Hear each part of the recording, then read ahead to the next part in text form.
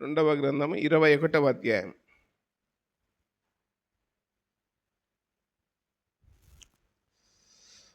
యెహోషాపాతు తన పితరులతో కూడా నిద్రించిన తర్వాత తన పితరుల చెంతను దావీదు పురమందు పాతిపెట్టబడెను. అతని కుమారుడైన యెహోరాము అతని బదులుగా రాజాయను. యెహోషాపాతు కుమారులైన అజర్య, యెహీయేలు, జెకర్యా, అజర్య, మికాయేలు, షెఫట్య అను వారు ఇతనికి సహోదరులు. వీరందరూ ఇశ్రాయేలు రాజైన యెహోషాపాతు కుమారులు. వారి తండ్రి వెండి బంగారమును బహుమానములుగా ప్రశస్త వస్తువులు అనేకములను యూదా దేశములో ప్రాకారములుగా పట్టణములు వారికి ఇచ్చాను. అయితే యెహోరాము జ్యేష్ఠుడు గనక అతనికి రాజ్యం ఇచ్చాను.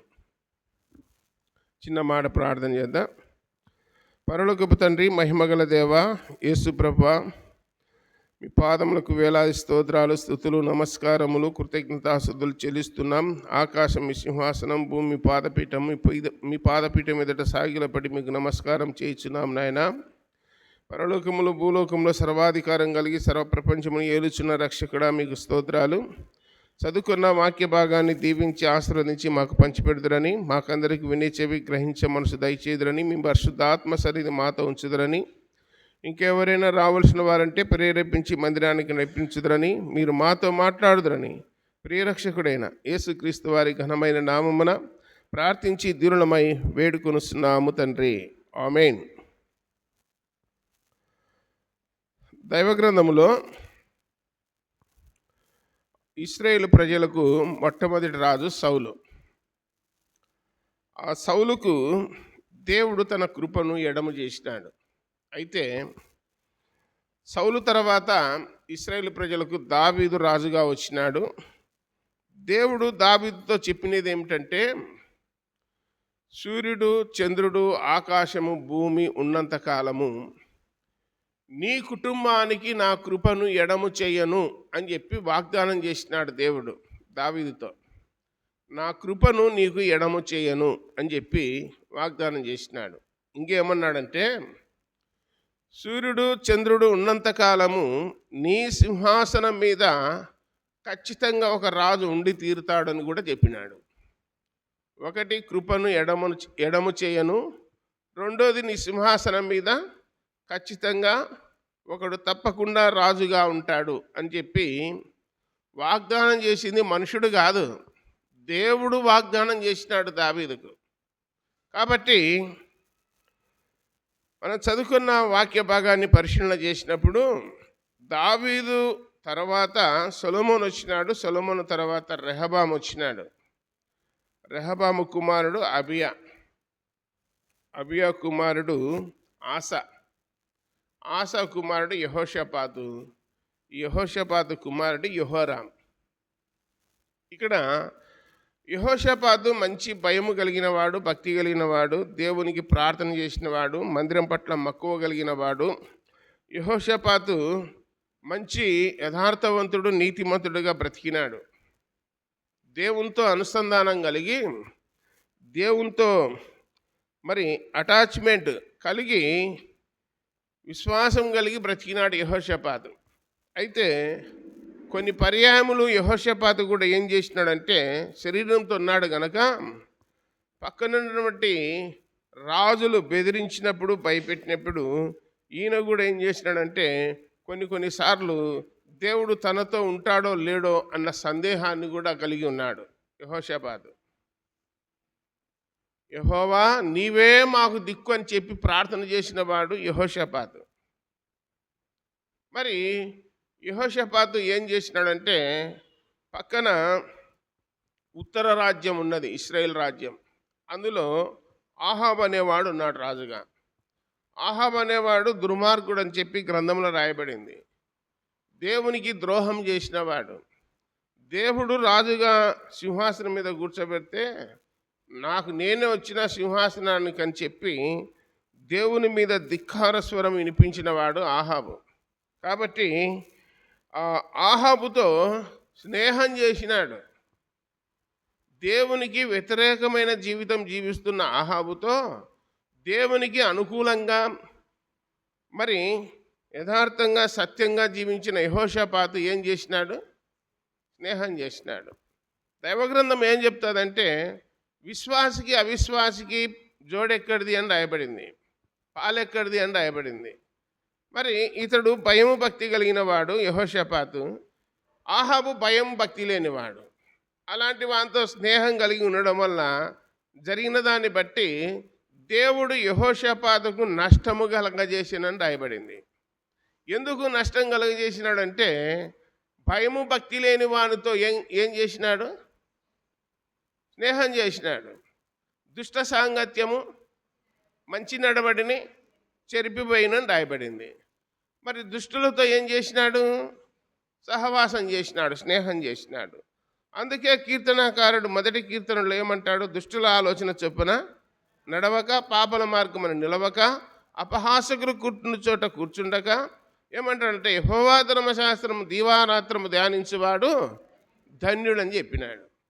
మరి యెహోషాపాతు భయం భక్తి కలిగిన వాడే కానీ అతనితో స్నేహం చేయడం వలన అతనికి చాలా నష్టం జరిగిందని చెప్పి లేఖనాల్లో రాయబడింది. మనం కూడా మన జీవితాల్లో ఎందుకు నష్టపోతామంటే కొన్ని సందర్భాలలో మరణాలప్పుడు, వివాహాలప్పుడు, పండగలప్పుడు వాళ్ళకు బెండ్ అయిపోతూ ఉన్నాం. ఎవరికి? మరణం వచ్చినప్పుడు, వివాహం వచ్చినప్పుడు, పండగ వచ్చినప్పుడు ఎవరికి బెండ్ అవుతున్నాము? సంవత్సరం పన్న భయం భక్తి కలిగి ఉంటాం కానీ అలాంటి సందర్భాల్లో వాళ్ళ ఇష్టానికి వదిలిపెడుతున్నాం. వాళ్ళ ఇష్టానికి వదిలిపెట్టినప్పుడు నష్టం ఎవరికి జరిగేది? నష్టం ఎవరికి జరిగేది? ఎవరైతే దేవుణ్ణి నమ్ముకున్నారో వాళ్ళకే నష్టం. వాళ్ళకేం జరగదు. కొందరు అంటారు చూడండి, అరటాకు మీద ముళ్ళు మన్నా లేదా ముళ్ళు మీద అరటాకు మన్నా నష్టం దేనికి? అరటాకుకే. కాబట్టి దేవుని పిల్లలముగా దేవుడు చెప్పినట్లు బ్రతుకుతూ ఉంటే ఏ నష్టం ఉండదు. నేను దేవుని నమ్ముకున్నాను, నేను యథార్థంగా ఉన్నా, సత్యంగా ఉన్నా అని యెహోషాపాతు అనుకున్నాడు. కానీ దుష్టునితో సహవాసం చేయడం వలన దేవుని వలన నష్టపోయినాడని చెప్పి గ్రంథంలో రాయబడింది. సరే, 21వ అధ్యాయంలో యెహోషాపాతు మరణించినాక ఆయన కుమారుడు యెహోరాము అనేవాడు రాజుగా ఉన్నాడు. యెహోరాము ఏం చేసినాడంటే 21వ అధ్యాయము 6వ వచనం, అతడు ఆహాబు కుమార్తెను పెళ్లి చేసుకొని ఆహాబు సంతతి వారు నడిచిన ప్రకారముగా ఇశ్రాయేలు రాజుల మార్గమందు నడిచెను. యెహోషాపాతు కుమారుడు ఎవరి కుమార్తెను వివాహం చేసుకున్నాడు? ఆహాబు. యెహోషాపాతు ఎవరితో స్నేహం చేసినాడు? ఆహాబుతో. ఇంకా స్నేహము ముదిరిపోయి, యెహోషాపాతు స్నేహం ముదిరిపోయి తన కుమారునికి ఏం చేసినాడు? యెహోరాముకు ఆహాబు కుమార్తెను పెళ్లి చేసినాడు, వియ్యం పొందినాడని చెప్పి రాయబడింది. ఇతడు యెహోరాము ఏం చేసినాడంటే ఇశ్రాయేలు రాజులు చెప్పినట్లు నడిచినాడని చెప్పి గ్రంథంలో రాయబడింది. దేవుడు చెప్పినట్టు నడవలే. ఎవరు చెప్పినట్టు నడిచినాడు? ఇశ్రాయేలు రాజు ఆహాబు, ఆహాబు కుమార్తె యెజెబెలు వీళ్ళు చెప్పినట్టు వింటున్నాడు. ఇవన్నీ మనకు పాఠాలా కాదా? ఇవన్నీ పాఠాలా కాదా? లోకంలో మనం చూస్తూ ఉంటాము, పెళ్ళైనంత వరకు ఒక రకంగా జీవిస్తారు, పెళ్ళైనాక ఇంకొక రకంగా జీవిస్తారు. మన మాట వింటారా? మన మాట వింటారా? కొందరు అంటూ ఉంటారు 25 ఏండ్లు కని పెంచి పెద్ద చేసి చదివించి అన్ని విధాలుగా సహాయం చేసి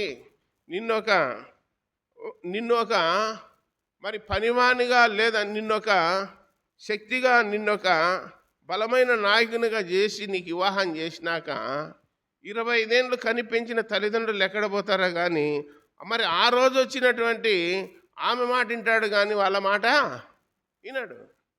ఇవన్నీ చూస్తూ ఉన్నాం లోకంలో, మనం లోకంలో చూస్తూ ఉన్నాం. కాబట్టి ఇక్కడ గ్రంథంలో యెహోరాము ఏం చేసినాడంటే వాళ్ళు చెప్పినట్టు వింటున్నాడు. ఎవరు చెప్పినట్టు? ఆహాబు కుటుంబీకులు. మన భాషలో చెప్పాలంటే అత్త మామ ఆయన భార్య చెప్పినట్లు వింటున్నాడు యెహోరాము. మందిరానికి బావాకు ఏం పని ఉంది మందిరానికి చర్చికి రా, మనది పెద్దది ఉంది అక్కడ. ఎక్కడ? గుణదల్లో ఉంది, ఆ? తర్వాత నాగపట్నంలో ఉంది, తర్వాత ఇంకొక సాట్ ఉంది, అటుకి పోదాం రా అని చెప్పి యెరూషలేము మందిరానికి పోకుండా అడ్డగించి డైవర్ట్ చేసి లోకంలోనికి తీసుకుపోయి లోకములో ఉన్న దేవతలను వాటన్నిటిని పరిచయం చేపించి ఇవే దేవుళ్ళు అని చెప్పి యెహోరాముకు నేర్పినారు. యెహోరాము ఎన్నడూ కానీ దేవునికి వెళ్ళి చూసినవాడు కాదు. అదే రాయబడింది. తర్వాత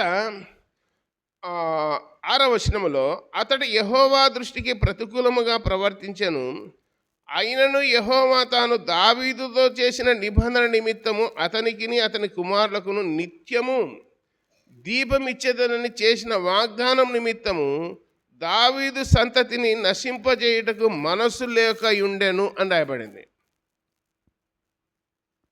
ఇప్పుడు దేవుడు ఎవరైనా సరే గుర్తుపెట్టుకోండి, దేవుడైనా సరే ఏం చేస్తున్నాడంటే, దావీదు మంచివాడు, యథార్థవంతుడు, నా ఉద్దేశ్యములు నెరవేర్చినవాడు, నా చిత్తానుసారంగా బ్రతికినవాడు, ప్రవర్తించినవాడు, అతని సంతానాన్ని నేను ఇలా దీవిస్తా, ఇలా ఆశీర్వదిస్తా అని చెప్పి దేవుడు ముందుగానే వాగ్దానం చేసినాడు. దేవుడు వాగ్దానం చేసినాడు. మాట తప్పుటకు ఆయన నరుడు కాడు అంటే రాయబడింది. మాట తప్పేవాడు నరుడు, కానీ దేవుడు మాట తప్పేవాడు కాదు. ఇప్పుడు ఆ దావీదు సంతతిలో వచ్చినటువంటి యెహోషాపాతు కుమారుడు యెహోరాము దేవునికి వ్యతిరేకంగా జీవిస్తున్నాడు. అందుకని వ్యతిరేకంగా జీవించినప్పుడు ఆ దావీదు సంతతి వారిని నశింపజేయుటకు దేవునికి ఏమి లేకపోయాను? మనసు లేకపోయాను. ఎందుకంటే దావీదుకు ఇచ్చినటువంటి మాటను బట్టి, వాగ్దానాన్ని బట్టి నిత్యము దీపము ఉంచెదనని. 7వ వచనం, దావీదుతో చేసిన నిబంధన నిమిత్తము అతనికిని అతని కుమారులకును నిత్యము దీపం ఇచ్చేదనని చేసిన వాగ్దానం నిమిత్తము దావీదు సంతతి వారిని నశింపజేయుటకు మనస్సు లేకపోయాను. ఎందుకు ఇట్లా ప్రవర్తించినారు అంటే, దేవుడు ఇప్పుడు ఏమైనాడు? మాట ఇచ్చి ఇరుక్కపోయినాడని. ఎవరికి మాట ఇచ్చి? దావీదుకు. మనం కూడా కొన్ని సందర్భాల్లో ఏం చేస్తామంటే, వీళ్ళు మంచోళ్ళు అనుకున్నామన్నా మేము ఇలాంటి చెడ్డోళ్ళని మాకు తెలియకపోయా. ఎప్పుడు ఒక 3 ఏళ్ళ తర్వాత, ఒక 4 ఏళ్ళ తర్వాత ఫోన్ చేసి అంటా ఉన్నారు ఒక కుటుంబీకులు, మంచోళ్ళని ఆ రోజు మేము మాట్లాడి చేసినామన్నా, తర్వాత ఇప్పుడు బయటపడింది చాలా చెడ్డోళ్ళే వాళ్ళు అని అంటా ఉన్నారు. అంటే మంచోళ్ళ చెడ్డోళ్ళ అనేది నువ్వు దేన్ని బట్టి నువ్వు గుర్తిస్తున్నావు? మనం మంచోళ్ళమా చెడ్డోళ్ళం అనేది దేని ద్వారా బయటపడుతుంది?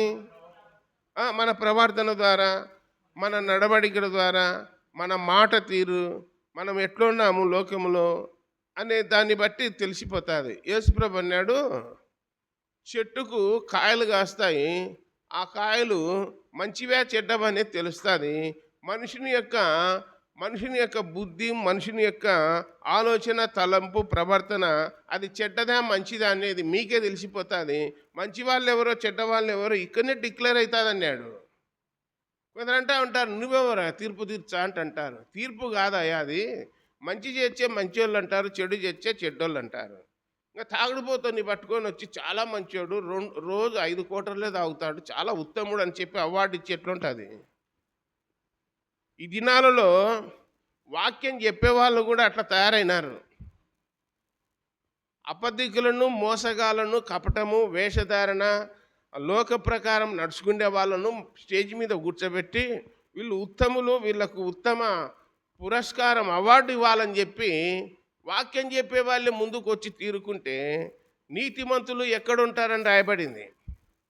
కీర్తనలు 11వ అధ్యాయంలో పునాదులు పాడైపోగా నీతిమంతులు ఏం చేయగలరని రాయబడింది. పునాదులు అంటే సంఘానికి ఉన్న నాయకులు, సేవకులు. నీతిమంతులు అంటే కూర్చొని వాక్యం వినేవాళ్ళు. ఏం చేస్తారు? లోకస్తులను తీసుకొని వచ్చి వీళ్ళు ఉత్తములు, మంచి గుణవంతులు అని చెప్పి నువ్వు చెప్తే వాళ్ళు దుర్మార్గులని లోకానికి తెలుసు, అందరికీ తెలుసు. కానీ ఈడ నువ్వేం చెప్తున్నావు? అందుకే దైవ గ్రంథములో మాటి మాటికి దేవుడు హెచ్చరిక చేస్తూ ఉంటాడు. ఈ యెహోరాము ఆహాబు కుటుంబం వలె ప్రవర్తించినప్పుడు దేవుడు ఏం చేసినాడంటే శత్రువులను పంపినాడు. యెహోరాము మీదికి శత్రువులను పంపినాడు. తర్వాత 12వ వచనం చూడండి. అంతటా ప్రవక్త అయిన ఏలియా ఒక పత్రిక వ్రాసి అతని యొద్దకు పంపెను. నీ పితరుడకు దావీదునకు దేవుడైన యెహోవా సెలవిచ్చినదేమనగా, నీవు నీ తండ్రి అయిన యెహోషాపాతు మార్గములందైనను యూదారాజైన ఆసా మార్గములందైన నడవక ఇశ్రాయేలు రాజుల మార్గమందు నడిచి ఆహాబు సంతతి వారు చేసిన వ్యభిచారముల చొప్పున యూదాను యెరూషలేము కాపురస్తులను విభజింపజేసి నీకంటే యోగ్యులైన నీ తండ్రి సంతతి వారకు నీ సహోదరులను నీవు చంపి ఉన్నావు. కాబట్టి గొప్ప తెగులు చేత యెహోవా నీ జనులను, నీ పిల్లలను, నీ భార్యలను, నీ వస్తువాహనములను మొత్తును అని రాయబడింది. ఈ యెహోరాము ఎలాంటోడంటే తనకంటే యోగ్యులైనటువంటి ఇంకా 6 మంది సహోదరులు ఉన్నారు. లిస్టు ఆడ రాయబడింది. ఎక్కడంటే 21వ అధ్యాయం 2వ వచనంలో రాయబడింది. ఈ 6 మంది ఎక్కడ తిరుగుబాటు చేస్తారో, నా సింహాసనం మీద వచ్చి కూర్చుంటారో ఏమో అని చెప్పి ఈయన రాజ్యానికి వచ్చినాక ఈయన జోలికి రాకున్నా కానీ ఆ 6 సహోదరులను ఏం చేసినట్టే చంపించినాడు. ఎవరు? యెహోరాము. అక్కడ రాయబడిన మాట ఏంటంటే 13వ వచనం చివరిలో, నీకంటే యోగ్యులైన నీ తండ్రి సంతతి వారకు నీ సహోదరులను నువ్వేం చేసినావు? చంపించి ఉన్నావు. కాబట్టి భార్యలను, వస్తువాహనములను మొత్తును అని రాయబడింది. కాబట్టి గొప్ప తెగులు చేత యెహోవా నీ జనులను, నీ పిల్లలను, నీ భార్యలను, నీ వస్తువాహనాలను అన్నిటిని ఏం చేసినాడు?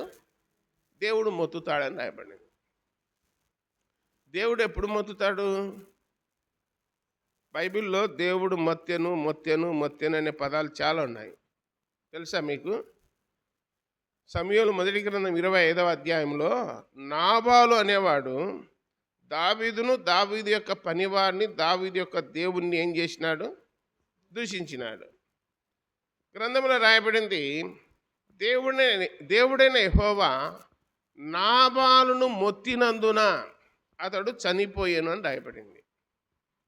అలాగే అపోస్తుల కార్యములు 12వ అధ్యాయం 25వ వచనంలో నియమింపబడిన దినమందు హేరోదు రాజు ఒక ఉపన్యాసము చేయగా ప్రజలందరూ ఇది దైవస్వరమే కానీ ఇది మానవ స్వరము కాదని చెప్పి దేవునిని ఘనపరచనందున హేరోదును దేవుడు మొత్తినందున పురుగులు పడి చచ్చెను అని రాయబడింది. సమూయేలు మొదటి గ్రంథము 2వ గ్రంథం, సమూయేలు 2వ గ్రంథం 12వ అధ్యాయంలో దావీదు తన కుమారుని కోసం 7 దినములు ఉపవాసం ఉండి ప్రార్థన చేసినను ఆ బిడ్డను దేవుడు మొత్తినందున జబ్బు చేసి చనిపోయాను అని రాయబడింది. ఎవరు మొత్తేది? దేవుడే. వినకపోతే ఏం చేస్తాడు? మొత్తేస్తాడు అంతే. దాన్నే తెలుగు భాషలో ఏమంటారంటే, సింపుల్గా చెప్పాలంటే హార్ట్ అటాక్. ఎట్లా సోషల్ మీడియాలో అప్పుడప్పుడు చూపిస్తూ ఉంటారు. ఒక ఆమె పెళ్లిలో డ్యాన్స్ చేస్తుంది స్టేజ్ మీద, లోపల పడిపోయింది. ఒక ఆయన గవర్నరు జనవరి 26వ తారీఖు రిపబ్లిక్ డే రోజు ప్రసంగం చేస్తూ ఉన్నాడు. పక్కన నిలబడినాడు ఐఏఎస్ ఆఫీసరు. హార్ట్ అటాక్ వచ్చింది, ఆయన కుప్పగులిపోయినాడు. ఒక సహోదరి ఇట్లా వాక్యం చెప్తుంటే స్టేజ్ పైకి వచ్చింది, చేతులున్న బైబిల్ గుంజుకొని అందరి ఎదుట చింపేసింది. మీ దేవుడు నన్ను ఏం చేసుకోలేడు అనింది. ఆ మాట అనింది క్షణములోనే అక్కడే కుప్పగులి చనిపోయింది. బైబిల్ చింపింది, మీ దేవుడు నన్ను ఏం చేసుకోలేడనింది, వెంటనే చనిపోయింది. అంటే దేవుడు కూడా యాక్షన్ వెంటనే తీసుకుంటున్నాడా లేదా? వ్యతిరేకంగా నువ్వు మాట్లాడితే వెంటనే తీసుకుంటాడు. మనకు మాటికి గుర్తుకు వచ్చేది కాలిఫోర్నియా, లాస్ ఏంజల్స్. దేవుడే మాకు అక్కర్లేదన్నారు వాళ్ళు. దేవునికి ఏమి మార్కులు లేవు, ఏమి లేవు, 0 వేసినాము. మేమే దేవతలము, దేవుళ్ళము, మమ్మల్ని మించినోడు లేడని చెప్పినారు. చెప్తే దేవుడు ఏం చేసినాడు? దేవుడు కన్నెర్ర చేసి ఏమైపోతారు? బూడిదైపోయినాయి పట్టణాలన్నీ. కాబట్టి నువ్వు ఎవరితోనైనా చెలగాటమాడు కానీ దేవునితో చెలగాటమాడితే దేవుడు ఒప్పుకునేవాడు కాదు. కాబట్టి యెహోరాముకు తెగులు చేత పిల్లలను, భార్యలను, వాహనములు అనేది గుర్తుపెట్టుకోండి. బైబిల్లో వస్తువులు, వాహనాలు అనేది ఇదొక్కసాటినే రాయబడినది. మనకు వస్తువులు ఇచ్చేది ఎవరు? దేవుడు. వాహనాలు ఇచ్చేది ఎవరు? దేవుడు. ఇండ్లు ఇచ్చేది ఎవరు? దేవుడు. మనకు ఆరోగ్యం ఇచ్చేది ఎవరు? దేవుడు. మనల్ని భూమి మీద బ్రతికించండి ఎవరు? దేవుడు. ఎన్ని దినాలు ఉంటామో నిర్ణయం చేసి పెట్టింది ఎవరు? దేవుడు. మరి ఆయన మాట వినాలా లేదా? వినాలా? వినకపోతే ఏం చేస్తాడు? మొత్తుతాడు. మొత్తినప్పుడు పైకి చూడాల్సింది వచ్చాది. కాబట్టి దైవగ్రంథములు ఇవన్నీ పాఠాలు మనకు. తర్వాత ఏం జరిగిందంటే, ఇతడు ఎవరికి ఇష్టం లేని రాజు అని రాయబడింది. చూస్తారా మాట 21వ అధ్యాయంలో 20 వచనం. అతడు ఏలనారంభించినప్పుడు 32 ఏండ్ల వాడు, యెరూషలేములో 8 సంవత్సరములు ఏలి ఎవరికి ఇష్టం లేని వాడై అతడు చనిపోయాను. చూడు ఎట్లా రాయబడిందో, దేవుడు చూడు ఎట్లా చెప్పినాడు. రాజా కానీ ఎవరికి ఇష్టం లేనివాడంట. ఎవరు? యెహోరాము.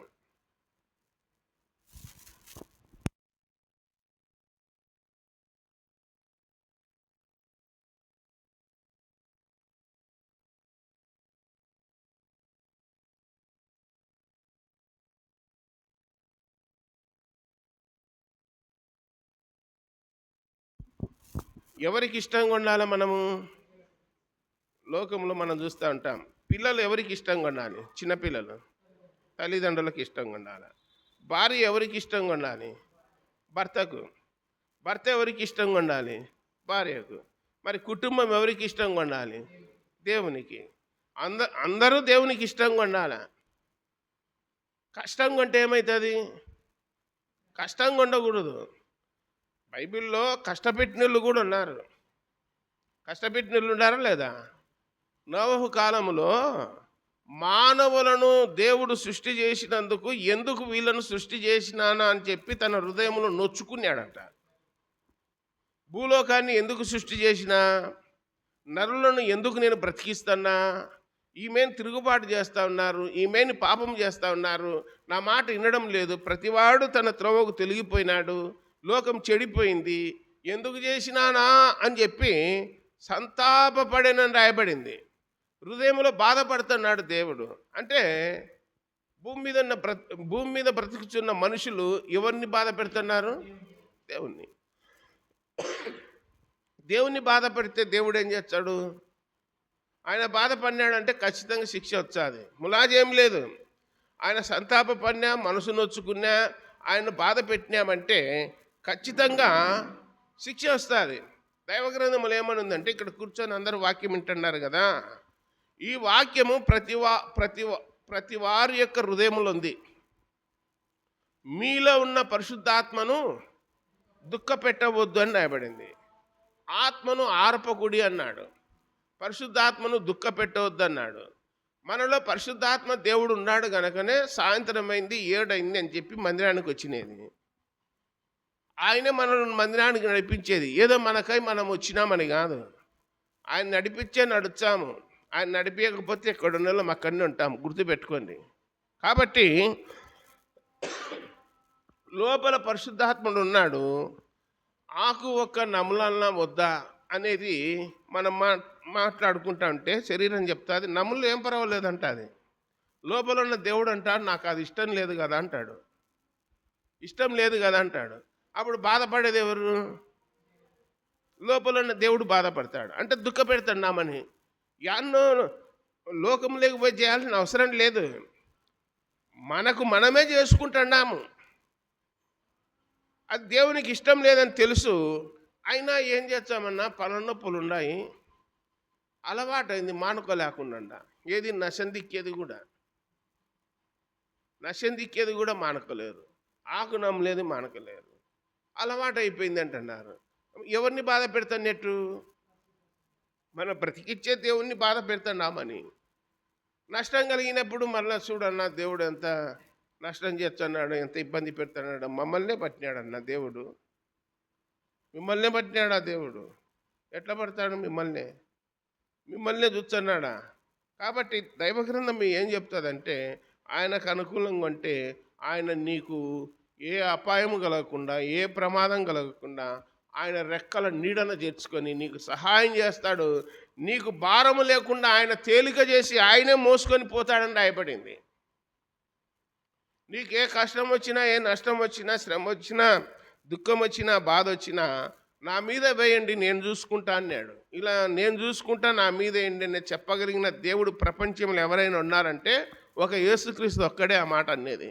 మీ చింత యావత్తు నా మీద వేయండి అన్నాడు. నీ భారము యెహోవా మీద మోపుము అన్నాడు. కాబట్టి ఎవరికి ఇష్టం లేకుండా 8 ఏళ్ళు పాలన చేసినాడు యెహోరాము. తర్వాత చనిపోయినాడు. గాడిదను బాతి పెట్టినట్లుగా బాతి పెట్టినారు అని రాయబడింది. ఈ యెహోరాము తల్లి ఎవరు అనుకున్నావు? అతల్య. ఇక్కడ రాయబడిన మాట ఏంటంటే, ఇంకొకడు ఉన్నాడు. 22వ అధ్యాయము 3వ వచనము. దుర్మార్గముగా ప్రవర్తించుటకు అతని తల్లి అతనికి నేర్పుచూ వచ్చెను గనక అతడును అహాబు సంతతి వారి మార్గమందు నడిచెను. యెహోరాము చనిపోతానే ఆయన కుమారుడు అమజ్య వచ్చినాడు. అహాజ్య వచ్చినాడు. అహాజ్యను నేర్పిందంట ఎవరు? తల్లి. అహాజ్యకు తల్లి నేర్పింది. ఎట్లా మంచిగా బ్రతకమని నేర్పిందా? దుర్మార్గముగా ప్రవర్తించుటకు అతని తల్లి అతనికి నేర్పుచూ వచ్చాను. నేను చెప్పినాను ఇంతకుముందు, నాకెళ్ళి చూడండి, ఇంతకుముందు చెప్పినా నేను మీకు. మేము ఎప్పుడో 20 ఏళ్ళ వయసులో ఉన్నప్పుడు నేను కేటుగాడు అనే సినిమా వచ్చింది ఒకటి, మోహన్ బాబుది. అందులో మనోడు ఏం చేస్తాడంటే, ఇంటి పక్కన గోంగూర జల్లింటే పీక్కొని వచ్చాడు, వండి పెడతాడు తల్లి. పక్క ఇంటిలో పసుల కొట్టంలో మచ్చ మీద కోడి గుడ్డు పెట్టింటే ఎత్తుకొని వచ్చాడు కోడిగుడ్డును.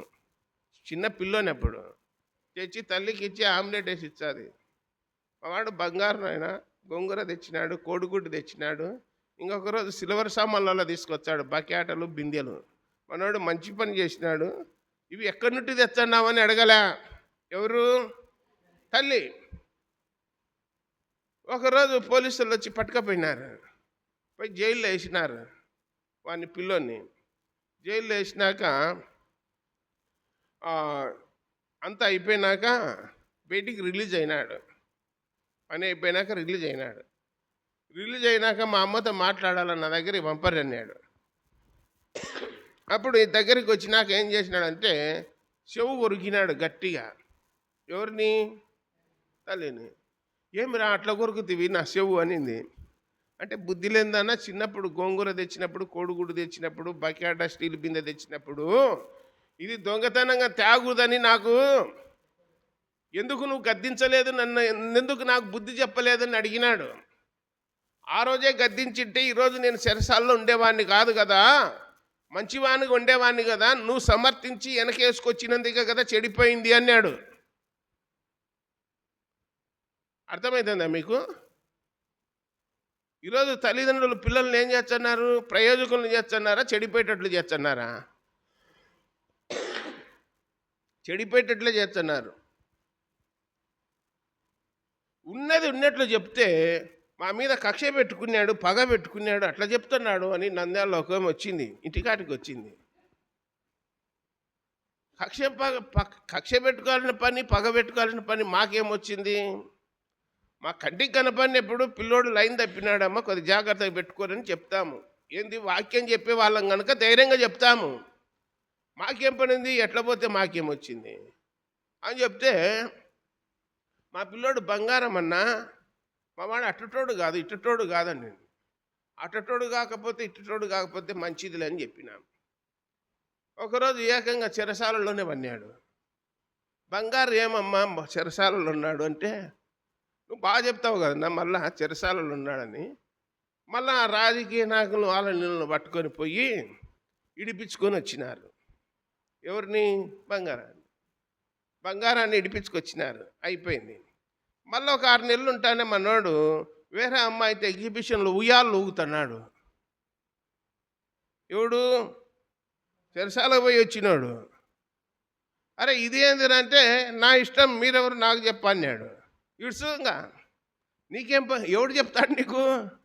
నీ ఇష్టం వచ్చినటువంటి పన్నాం. మళ్ళీ కొన్ని రోజులు ఉన్నాక మళ్ళా జైల్లో పన్నాడు. మళ్ళీ పోయి ఇడిపించుకొచ్చినారు.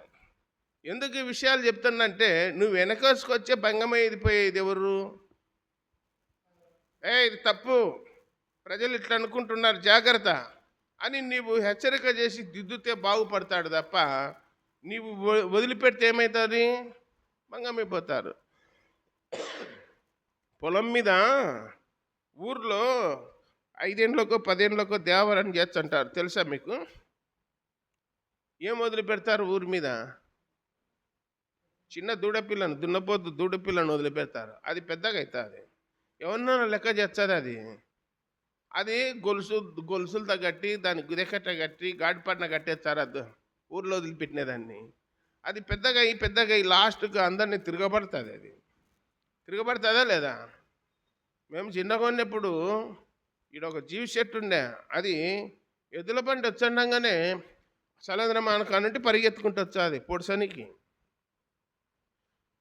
దాన్ని నాటుకట్ట తీసుకొని ఈపుల పొన్న 2 ఏట్లు బాదినాడంట మా నాయన. బాధ పగ పెట్టుకునేది. ఏంటి? దున్నపోదు. పగ పెట్టుకుంటే ఈడ జీవి చెట్టు ఉండే మొదలు పంగ కిందనండి అన్నమాట. గబగ్గిన ఎగి చెట్టు మీద కూర్చున్నాడంట. దేనికి? అది మనిషి దిగొచ్చేదాకా చెట్టు కిందనే ఉంది. ఏంటి? దున్నపోతు. పక్కకు పోలే, వేరే వాళ్ళు వచ్చి అదిలిచ్చే పోయింది. అప్పుడు అటనే పాము కూడా కమరవాసిలో సేద్యం చేసి సాయంత్రం పొద్దుగేటప్పుడు పిల్ల చెట్టులకు ఉండకుండా పడిగి ఇప్పి నాట్యం ఆడుతున్నాడంట పాము. పిల్ల చెట్టులకు ఏం చేసినాడంటే రాయి తగలదులే అని చెప్పి ఇసిరేసినాడు. రాయి ఇసిరేసి దాన్ని పడిగకు పోయి తగిలింది. చిన్నగా ముడుచుకొని పోయి మెదల కాకుండా పోయింది. ఇంటికి వచ్చినాక మా చేతికి చెప్పినాడు, అమ్మ ఇట్లా పని వచ్చేటప్పుడు పామును కొట్టినాను. ఒరే ఇంత పని చేసినావురా నాయన, అది ఖచ్చితంగా వచ్చాదిరా, ఖచ్చితంగా వచ్చాది, పగ పెట్టుకుంటుందని చెప్పి బాత్రూమ్ పక్కకు గోడలకు వాకిలి సందున అంతా గుడ్డ పేలికలు బొంతలు చింపి మొత్తం ఇంట్లోకి ఏమి రాకుండా మంచం మీద వనుకొని చెప్పి ల్యాంపు ముట్టించుకొని కూర్చున్నాడంట రాత్రి అంతా. దేనికి? కాపలా కూర్చుంటానే ఆ వీధుల సందులో ఇడుండే, వాళ్ళ ఇంటి పక్కన సందు ఉండే, ఆ సందులో రాత్రిపూట వెన్నెల బాగా బుస్సలు కొట్టుకుంటూ వచ్చిందంట సందమ్మడి. ఏంటి? ఆగుమాము అలా వస్తా ఉంటే వీళ్ళ ఆయన ముసలైన ఉన్నాడంట, నడిపించన్నప్ప వాళ్ళ నాయన ముసలైన. వాళ్ళ నాయన పాసిపోయినాయి కానీ బయటకు వచ్చినాడు, పట్టుడు కట్టే చేతులు ఉంటుందంట ఆయనకు. అని ఏంద్రా ఇట్లొచ్చింది బుసలు పెట్టుకుంటా అని చెప్పి 4-5 ఏట్లు పీకినాడంట. పీకి చంపి ఆన్నే పడేసినాడు ఈదుల రుక్కాడ. తెల్లారి నాకు వచ్చి ఇదే నేను కొట్టినది అంటున్నాడంట, రాయిత కొట్టినది ఇదే అంటున్నాడంట. ఆయన చంపేసినాడు, సరిపోయింది. లేకపోతే నీ పరిస్థితి ఏంటి? అది ఆడనే పోనీయదు. సేద్యం చేస్తే బట్టలలో అంగి విప్పి పెట్టింటే అంగిలో జరబడింది. దారిన పోయేటోడు చూసారే నా అంగిలో పాము జరబడింది అంటే దాని జోలికి పోకుండా దాని మీద కాల్చినాడు. అట్లా మనం లోకంలో చూస్తూ ఉన్నాము. కాబట్టి దైవ గ్రంథంలో చెడ్డగా ప్రవర్తించడానికి నేర్పుచొచ్చినంట. ఎవరు నేర్పినది? ఇప్పుడు పిల్లలు ఉన్నారమ్మా, పిల్లలకు తిట్టమని ఎవరు చెప్పాలా? ఎవరైనా చెప్తారా తిట్టమని? ఎవరు చెప్పారు? వాళ్ళే కొత్తవి నేర్చుకొని వచ్చి ఇంట్లో చెప్తారు. తెలుసా మీకు? పిల్లల మడి పోయి కొత్త బూతు పదాలు కనిపెట్టి తీసుకొని వచ్చి ఇంట్లో చెప్తే అబ్బా మన్నాడు కొత్తవి నేర్చుకున్నాడు అని ఎంత సంబరమో తెలుసునా. బూతు పదాలు మాట్లాడుతుంటే నవ్వి సంతోషించే తల్లిదండ్రులు ఉన్నారు. చిన్నపిల్లలు మాట్లాడుతుంటే అంటే వీడు పెద్ద ప్రయోజకుడు అవుతాడు, ఇంజనీర్ డాక్టర్ అవుతాడని బూతు పదాలు నేర్చుకొని వచ్చి. కాబట్టి ఈ విధంగా చేయడం వలన జరిగిన సంఘటన ఏంటంటే 6వ వచనం 22వ అధ్యాయం 6వ వచనం 7వ వచనం ఏమనుందంటే 6వ వచనం మధ్య భాగంలో ఆహాబు కుమారుడైన యెహోరాము రోగి ఉన్నాడని విని యూదారాజైన యెహోరాము కుమారుడు అహజ్య అతన్ని దర్శించుటకై యెజ్రెయేలునకు పోయెను.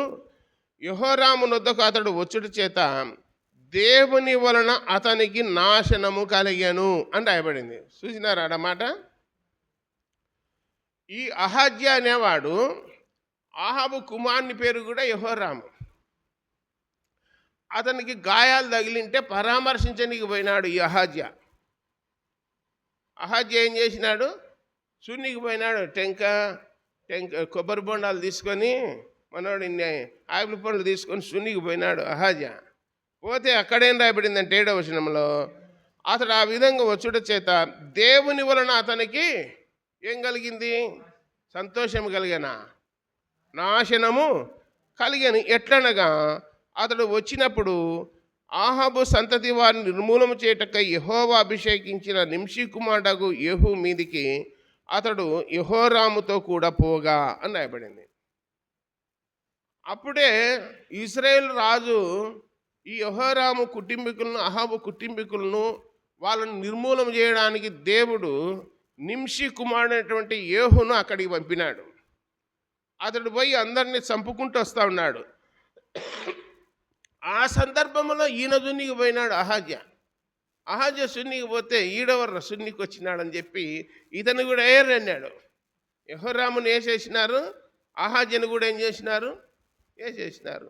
తర్వాత ఒక మాట చూడండి, అది చాలా ప్రాముఖ్యమైన మాట. 9వ వచనం 22వ అధ్యాయం 9వ వచనం. అతడు అహజ్యాను వెదికెను. అతడు షోమ్రోనులో దిగి ఉండగా వారు అతన్ని పట్టుకొని యెహూనొద్దకు తీసుకొని వచ్చిరి. వారు అతన్ని చంపిన తర్వాత ఇతడు యెహోవాను హృదయపూర్వకముగా వెతికిన యెహోషాపాతు కుమారుడు గదా అనుకొని అతన్ని పాతి పెట్టిరి అని రాయబడింది. హృదయపూర్వకముగా వెతికినటువంటి యెహోషాపాతు కుమారుడు అని చెప్పి ఉత్తర ప్రత్యుత్తర క్రియలు జరిగించి భూస్థాపన చేసినారంట ఈయనకు. ఎవరికి? ఈ అహజ్యకు. కాబట్టి అహజ్య ఇంటివారు ఇక ఎవరునూ లేకపోయిరి. అహజ్య ఇంటివారు ఎవరు లేరు. చిన్నపిల్లలు ఉన్నారు. ఆయనకు కూడా 4-5 పిల్లలు ఉన్నారు అహజ్యకు. అంత చిన్నపిల్లలంతా 5 ఏళ్ళు 6 ఏళ్ళు లోపు ఉన్న పిల్లలు. అప్పుడు కుమారునికి దుర్మార్గంగా ప్రవర్తించమని నేర్పింది కదా ఈమె. యూదారాజ్యాన్ని ఈ చరిత్రలో ఆలోచన చేస్తే యూదారాజ్యంలో 6 సంవత్సరములు ఏలింది అతల్య. అది రాయబడింది చూడండి. ఇక్కడ 12వ వచనం చివరి వచనం. 6 సంవత్సరములు అతడు వారితో కూడా దేవుని మందిరంలో దాచబడిండెను. ఆ కాలమున అతల్య దేశమును పాలించెను అని రాయబడింది. కాబట్టి దుర్మార్గంగా నేర్పిస్తే అతడు వేరే స్నేహం సున్నికి పరామర్శించడానికి పోయి దేవుని ద్వారా నాశనం తెచ్చుకున్నాడు. ఎవరు? అహజ్య. ఇవన్నీ మనకు పాఠాలు, గ్రంథములు ఇవన్నీ పాఠాలు. కాబట్టి ఎవరెంబడంటే వాళ్ళంబడి వస్తే మనకు కూడా ఏమొస్తుంది? నష్టం వస్తుంది, కీడు వస్తుంది. కీడును తప్పించుకోవాలంటే ఏం చేయాలా?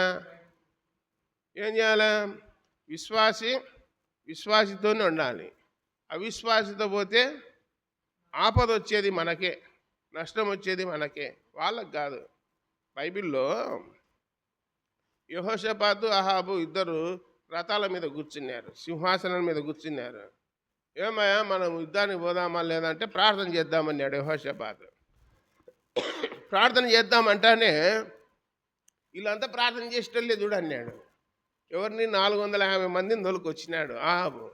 ఈరెవరు వీళ్ళంతా అంటే వాళ్ళ వేషధారణ చూస్తేనే వాళ్ళ చేతిలో బైబిల్ లేదు, పాటల బుక్ లేదు, ఏం లేదు. వాళ్ళ చేతులు అందరి దగ్గర ఏమున్నాయి? మాలలు ఉన్నాయి, రుద్రాక్ష మాలలు ఉన్నాయి, డ్రెస్సులు ఉన్నాయి, అన్నీ ఉన్నాయి. ఈరెవర్రా నాయన అన్నాడు. అంటే ఇలా మనకు యుద్ధానికి పొమ్మని చెప్తానేది అన్నాడు. అట్లనా? అయితే యెహోవా భక్తులలో ఒక్కడైనా లేడా అన్నాడు. ఒక్కడైనా లేడంటే ఉన్నాడా ఒకడున్నాడు, అతను నన్ను గురించి మంచిగా చెప్పాడు. ఎందుకు చెప్పాడు అంటే అతడు ఎప్పుడు వ్యతిరేకంగానే మాట్లాడతాడు, అందును బట్టి అతన్ని నేను రాని అని ఇక్కడికి అన్నాడు. అట్లా నాకు ఒకసారి పిల్లంపండి ఏదైనా మంచిది అన్నాడు. అప్పుడు ఆ యెహోషాపాతును బట్టి పిల్లంపినాడు. మీకాయ అనేటువంటి ఒక ప్రవక్తను పిల్లంపినాడు. అతడు వచ్చి ఏమయ్యా మేము యుద్ధానికి పోవాలన్నా అని అడిగినాడు ఆహాబు. యుద్ధానికి పో నీ కథ అవుతుంది అన్నాడు. నేను చెప్పినాను యెహోషాపాతు చూడు ఎట్లా చెప్తున్నాడు, నీకు అయితే అవుతుంది అంటున్నాడు, ఏం చేయాలి మరి, ఇటు మంచి ఎప్పుడు చెప్పడని చెప్పినా కదా అన్నాడు. అప్పుడు మీకాయ ఉన్నట్లు చెప్పినాడు, అయ్యా ఇశ్రాయేలు ప్రజలకు కాపరు లేడు, ఎవరిని ఇష్టం చెప్పిన వాడు నడుచన్నాడు. నువ్వు అనుకుంటున్నావు నేను కాపరిని, నువ్వు అనుకుంటున్నావు కానీ దేవుని దృష్టిలో నువ్వు కాపరివే కాదు. ఎందుకు కాపరి కావంటే నీవు ప్రజలందరినీ లోకం వైపు మళ్లించినావు, దేవుని వైపు మళ్లించలేదని చెప్పినాడు. కాబట్టి మీకాయ వచ్చి ఏమన్నాడంటే పోరి యుద్ధానికి అన్నాడు. అంటే నీ లోపల జైల్లో అన్నాడు. అతి కష్టమైన నీళ్లు అతి కష్టమైన అన్నపానములు ఇచ్చి పెట్టరు లోపల అన్నాడు. అప్పుడు మీకాయ అన్నాడు నువ్వు తిరిగి వచ్చే కదా అన్నాడు. యుద్ధానికి పోతే తిరిగి రావు దేవుడు నాకు చెప్పినాడు అన్నాడు. తర్వాత ఇంకా చెప్పినాడు, వాళ్ళు పోకుండా ఆగింటే సరిపోయేది. కానీ ఏం చెప్పినాడంటే నేను పరమండలములో ఉన్నటువంటి సింహాసనం మీద ఆసనుడైన దేవుణ్ణి చూస్తున్నాను, కుడిపక్క ఎడమ పక్క కోటాను కోట్ల దేవదూతలు ఉన్నారు, సమావేశం జరుగుతూ ఉంది. ఆ సందర్భంలో దేవుడు ఒక ప్రశ్న వేసినాడు, ఎవరు పోయి ఆహాబును ఓడిస్తారు అని మాట్లాడినప్పుడు కొందరు అలాగూ కొందరు ఇలాగూ చెప్తా ఉంటే నేను విన్నాను. ఒక ఆత్మ వచ్చి దేవుని ఎదుట నిలబడినప్పుడు ఆత్మ ఇలా అన్నాడు, ఆ బయలు ప్రవక్తల నోట నేను అబద్ధమాడే ఆత్మగా ఉంటాను, పోయి అలా పడగొడతాను ఆహాబును అని చెప్పినాడు అని చెప్పి విన్నాడు. ఈయన మీకాయన వాడు విన్నాడు దర్శనములో, ఇలా నోట్లో ఉండేది అంతా కూడా అబద్ధమే అని చెప్పినాడు. దేవుడే చెప్పినాడు అన్నాడు. అంటే పట్టించుకోలే, మేము చెప్పేది అబద్ధమా, ఎవరు నీకు చెప్పినది అని ఒకడు వచ్చి కెనయ్య అనేవాడు ఏం చేసినాడంటే చెంప మీద కొట్టినాడు మీకాయను. గ్రంథంలో చూస్తూ ఉన్నాం.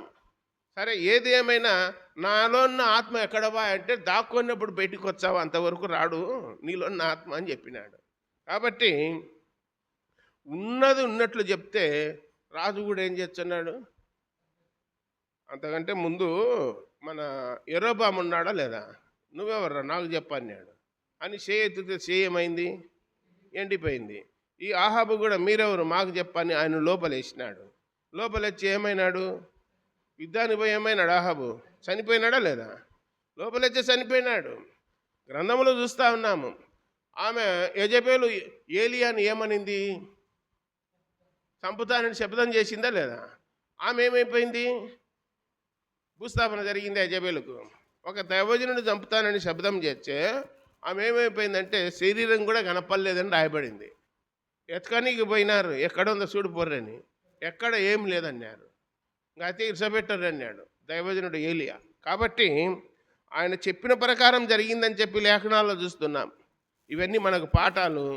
ఎవరితోనంటే వాళ్ళతో సహవాసం చేస్తే నష్టపోయేది ఎవరంటే మనమే. దేవుడి తలంపులన్నింటినీ మనందరి కొరకు దీవించును గాక. ప్రార్థన చేసుకుందాం. పరలోకపు తండ్రి, మహిమగల దేవ, యేసు ప్రభువా, సర్వాధికారి మీకు స్తోత్రములు నాయన. యూదా రాజ్యములో నాయన మరి దక్షిణ రాజ్యంలో ఉన్నటువంటి యెహోషాపాతు మీకు అనుకూలముగా యథార్థముగా సత్యముగా నీతిగా అనుసరించి బ్రతికినాడు. అయితే ప్రభువా అతని కుమారుడైన యెహోరాము ఆహాబు కుమార్తెను వివాహం చేసుకుని వియ్యముంది వాళ్ళు నడిచినట్లు చెడు ప్రవర్తన నడిచి ఎంతో నష్టపోయినట్టు లేఖనాల్లో చూస్తున్నాం. మరి ఆయన కుమారుడు అహాజ్య కూడా అలాగే ప్రవర్తించి వారు నష్టపోయినట్టు లేఖనాల్లో చూస్తున్నాం. యెహోవాను విసర్జించినందున, యెహోవాను వెదకనందున, దుష్టులతో సహవాసం చేయడం వలన వారికి గతి పట్టెను, దేవుడు వారిని మొత్తెను అని చెప్పి చూస్తూ ఉన్నాం. వీటిని మేము ఆలోచన చేసినప్పుడు ప్రభువా ఆయన వాక్యానుసారంగా విధేయత కలిగి, భయం కలిగి, భక్తి కలిగి, విశ్వాసమునకు కర్తయు దాన్ని కొనసాగించువాడైన యేసు వైపు చూస్తూ మేము ముందుకు సాగడానికి దయ చూపండి. దేవా స్తోత్రములు, పరిశుద్ధుల స్తోత్రాలను ఆయన ఇంతవరకు వాక్యం విన్నారు. ఉన్న వాక్యము హృదయంలో భద్రపరుచుకొని అలాగ ముందుకు సాగుటకు దయ చూపండి. చేరువచ్చిన ప్రజలందరినీ దీవించి ఆశీర్వదించండి. మమ్మల్ని అందరినీ కాపాడి మీరే సమస్త ఘనత మహిమ ప్రభావాలు పొందుతారని ప్రియరక్షకుడైన యేసుక్రీస్తు వారి ఘనమైన శ్రేష్టమైన నామమున స్తోత్రములు చెల్లించి బతిమాలి దీనులమై వేడుకొనుస్తున్నాము తండ్రి. ఆమెన్. అందరికీ వందనాలమ్మా. వందనాలు.